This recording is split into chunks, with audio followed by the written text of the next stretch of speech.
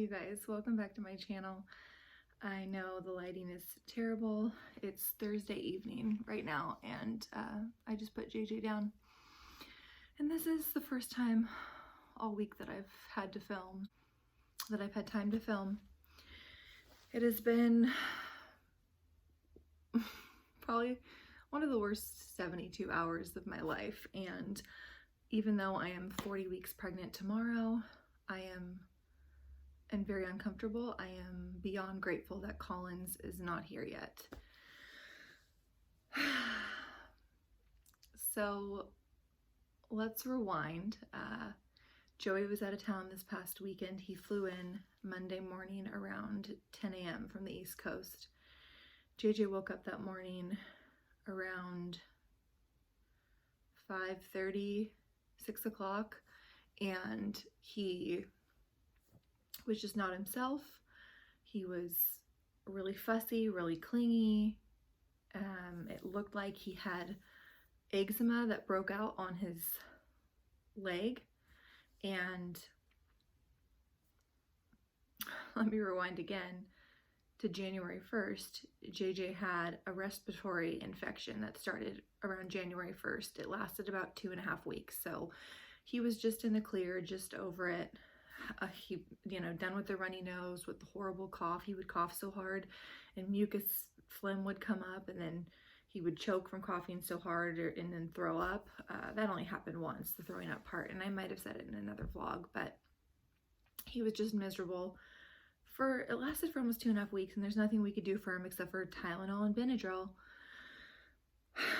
So fast forward to this past Monday, a couple days ago, and he woke up with kind of a rash on his legs, and I'm thinking it's eczema.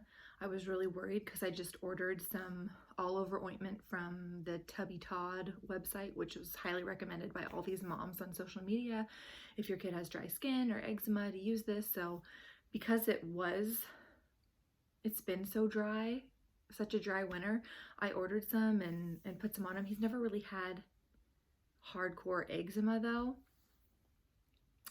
and when he woke up Monday morning, I could definitely see this rash forming, and I freaked out because I was like, okay, this cream is what did it to him. He had a horrible reaction. I'm the worst mom ever. So I ended up mailing that cream back, but he was just out of it all day Monday, so cranky, so clingy. He just kept saying snuggle, snuggle. He just wanted to be held by either myself or Joey. Thank goodness Joey was back because it was such a long, hard day.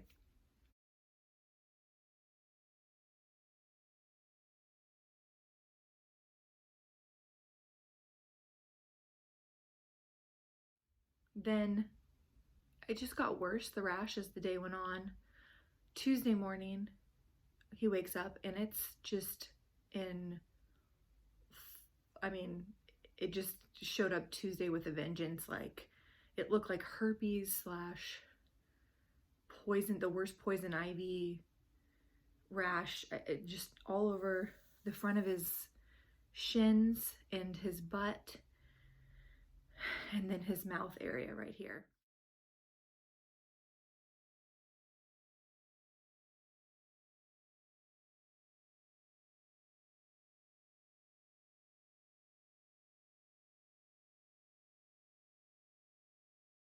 I had emailed his doctor about eczema on Monday, and I said, this is the worst it's ever looked. I might want to bring him in to see you tomorrow. Can you recommend anything for me to do? And I booked an appointment for Tuesday on Monday. Tuesday at 11:30, that was his first available appointment. And thank goodness I did that, because when he woke up Tuesday morning and it looked like that, I was freaked. Joey and I were both freaked out. And mind you, he didn't sleep at all Monday night. He hasn't wanted to eat anything because I guess his tongue has been swollen and the sores are in his mouth as well. So eating and drinking has been extremely challenging. We took him into the doctor. Our doctor said that, I'll put the name of it below because I can't remember the medical term for what this is, but I guess it's very rare, and it's something that can happen to a child after they're getting over a respiratory infection. So this is basically the infection's, final hurrah and leaving the body. So what he has now is not contagious, thank goodness, but he is so uncomfortable, and you just feel so helpless as a parent when your child is in so much pain and they don't understand why, and he sees his legs or he sees his face in the mirror and he goes, oh no, owie, owie. And my heart just breaks for him. I can't tell you how many times I've cried because I'm so tired. I'm so uncomfortable, and I know he's uncomfortable, and it's hard to keep your patience when they're just constantly screaming and you are up. I've been up all out. I was up with him all night. Joey and I switched off, I think, Monday. Tuesday, I was up with him all night. Wednesday, last night was the first night that he actually slept. And so our doctor told us the first 2 to 3 days are going to be the worst, but this rash can last for a couple weeks. I already noticed it kind of going away. Not going away, it's healing. So it's not kind of that wet stage anymore or juicy or bubbly looking. It's like dried over scab almost, and it looks terrible. If I didn't already put in a clip, I'll put in a clip for you guys to see. Okay, we got our legs. Let me see your buns. It's all over our buns, both sides, a little on our elbows. Oh, let me see this one. And then you'll get on your chin. Let me see. Mommy's gonna do your medicine now, okay? Let's do our medicine and let's rub all of our lotions on. We have coconut oil and some Aquaphor. Cortisone we're probably gonna skip out on tonight because we've been doing that quite a bit. And we never collected our urine sample for the doctor, but we don't need to now because we're definitely healing, huh? Do you want to hold your doctor? Here's your doctor thermometer. Want to hold it? Okay, buddy, let's do this. Mama help you. It just looks terrible, and you feel so bad for him, and he keeps saying to us, tickle, tickle, because he wants us to itch his legs because it's so uncomfortable. So we used cortisone cream for a while. You're only supposed to do that about 2 times a day, and then now I gave him an Epsom salt bath last night, thinking that it would heal from the inside, because again, even though this is it looks like a rash, it looks like it's topical, it's not. It's actually swollen and broken blood vessels underneath the skin, so it's not, there's nothing I can put on it. There's no antibiotic I can give him. The doctor said that there's a steroid that we could possibly give him, but we would need to get a urine test and a blood test from him, and he's not potty trained. He's 22 months, so getting him to pee in a cup is pretty freaking hard. And the doctor said, oh, well, we can always do a catheter. And I'm like, okay, JJ's not going to let you put a catheter in him, and Joey's definitely not going to let you do that to his son. So, and the blood test would just never happen. I was concerned and almost said that we would have to try and somehow get urine from him and do this. He gave me cups to bring home so I could try and collect his pee, and it's just been impossible. But after 2 days of not sleeping and just crying, him and myself, JJ and myself, I just was desperate, and I don't know how much pain he's in, and so I was gonna lean towards the steroid. But today, when he finally woke up feeling better, I'm confident that this will go away. He's gonna be okay. Again, since there's no medication we can give him for this, or antibiotic, all we can do is Tylenol and Benadryl. Tylenol for pain, and he also had a fever on Monday and part of Tuesday.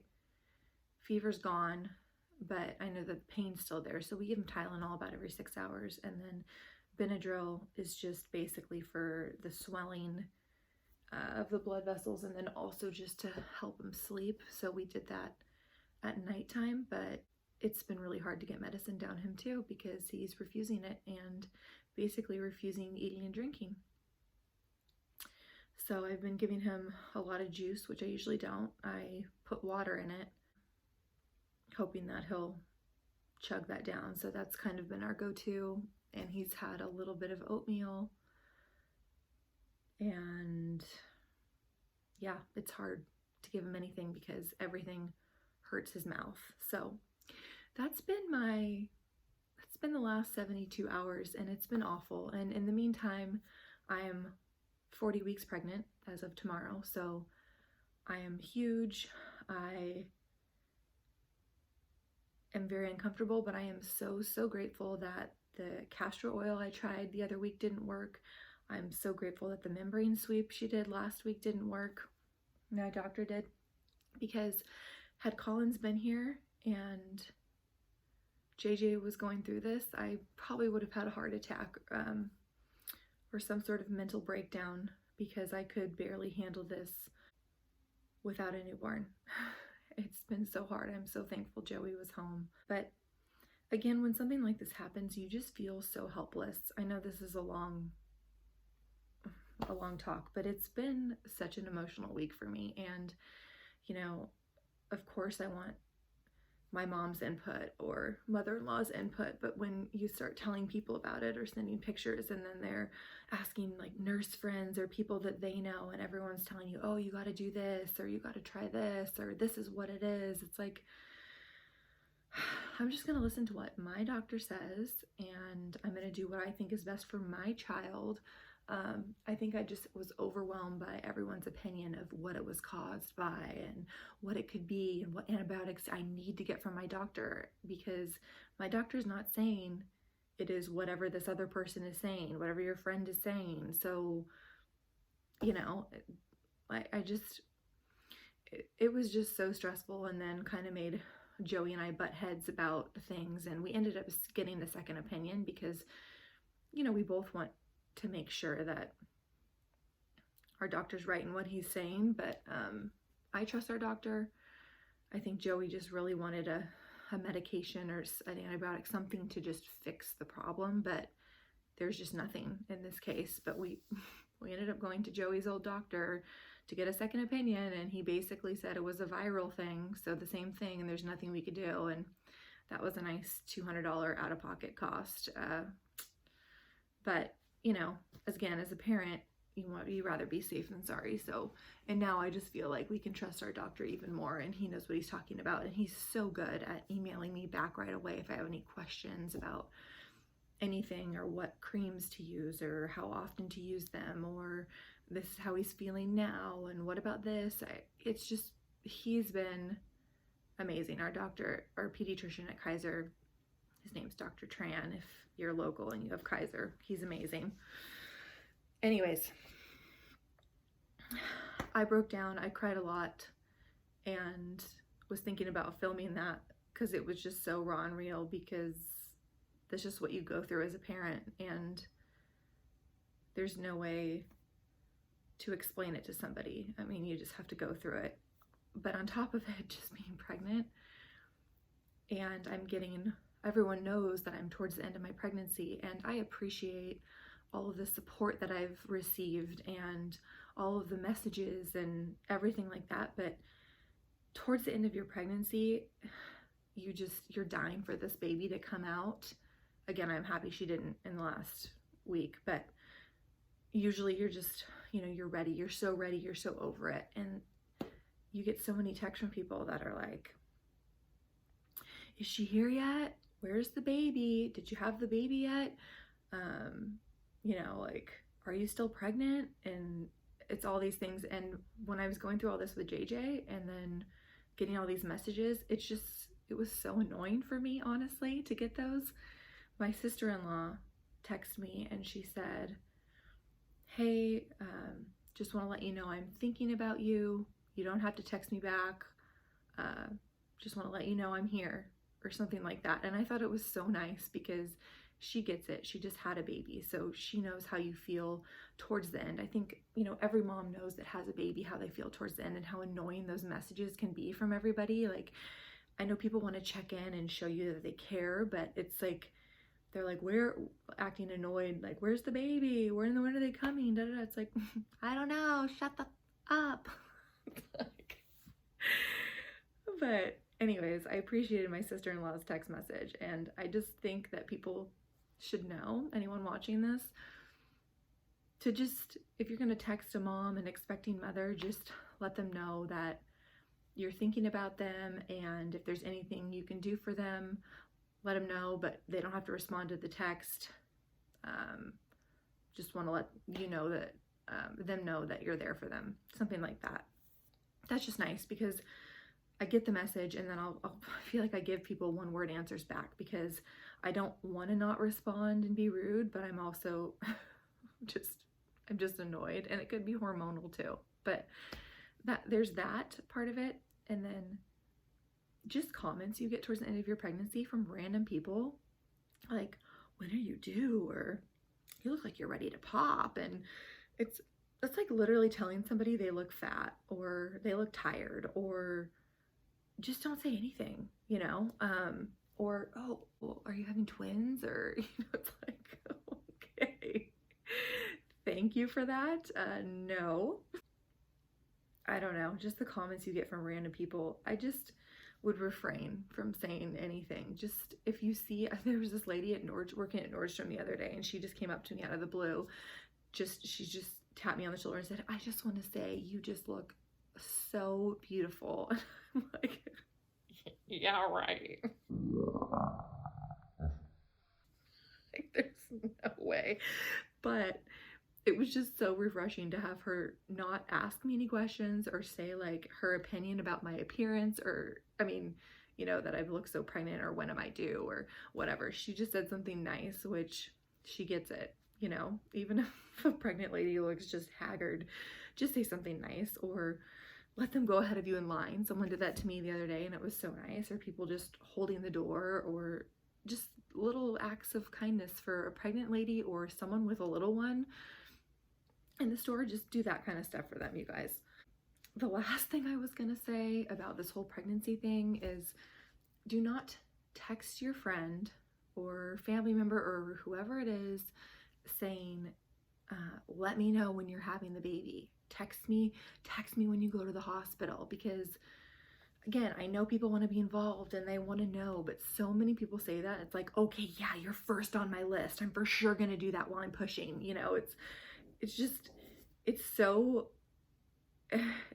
I don't know. It's almost like, okay, I'll make it all about you. I'll make sure I reach out to you. I can't forget you on my big day. You know, it's like, I just want to be in the moment. I'm going to be worried about having everything ready for my dad, because he's going to be watching JJ.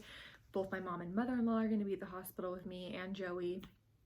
And I'm going to have a family friend come and film for me for my vlog. And there's too many things to already think about. And with the induction, if that's what I end up doing, you know, if I don't naturally go into labor, I don't know, there's just already so much on my mind, and there's so much stress and anxiety going into it, and thinking about the pain and the epidural and the baby being okay and JJ at home. It's like the last thing I'm thinking about is texting a bunch of people, you know, updates throughout. With JJ, I had a 3-day induction, so I had time to just lay my fat ASS on the hospital bed and text whoever I wanted. But I don't know. I would just recommend not putting pressure on somebody like that. You'll know when they have their baby. I had people last pregnancy get kind of butthurt or upset at me for just like posting on social media when he was born versus texting them first. And I just felt like, okay, why are you mad at me? This is my baby, and this was my labor and delivery, and you're making it about you, and your feelings are hurt because I didn't reach out to you. I don't know. It's just, try not to be selfish about those things, because this being pregnant for 40 weeks or 41, 42, and going through everything that you have to go through as a mom, you just don't need the added stress from friends. If you're a friend or family member, you're not going to do that. Anyways, those are a few things I've been dealing with that have been on my mind. I just thought I would tell you guys so you don't make those mistakes. Just a little recap. I did have my 40-week appointment today. I'm still 3 centimeters. She said the baby's a lot lower, and it's, I guess I'm more effaced. She didn't say a percentage, but she said it's a lot softer down there. So if I don't go into labor by myself, before next Wednesday. That's when my induction is. Well, next Tuesday is when I would have to go in to get the balloon thing put in, which I'm dreading. But she said because of how it's looking down there, they might not have to do the balloon thing next Tuesday. She said keep that appointment still, come in, get checked by the OB, and they might just tell me, you know what, you look like you're ready to go. Just show up or call labor and delivery tomorrow morning and you'll be able to go in and get your induction started. That's what I'm praying for. I mean, I would love for her to just come on her own this weekend, but if not, I'm just hoping that they tell me that I don't have to get the Foley bulb / balloon thing put in and I can just go in the next day. But that's it, you guys. That has been my week and how I'm feeling, a little heart to heart on the end of pregnancy and what someone might be going through if they're 40 weeks pregnant. So just be aware of what you text and what you say to people, and just try to put yourself in their shoes. Anyways, I'm sorry if I seemed rude at all, but I'm just being real with you. Thank you guys for watching. I am going to go to bed, even though it's 7:30 now. We went to bed at 8:30 last night and JJ slept, and it was I haven't had sleep like that in forever. It seems it's been 3 days, but I know I'm not going to sleep a lot when Collins gets here either, so I can't wait to go to bed. But thank you guys so much again for watching, and I'll see you next time. Bye.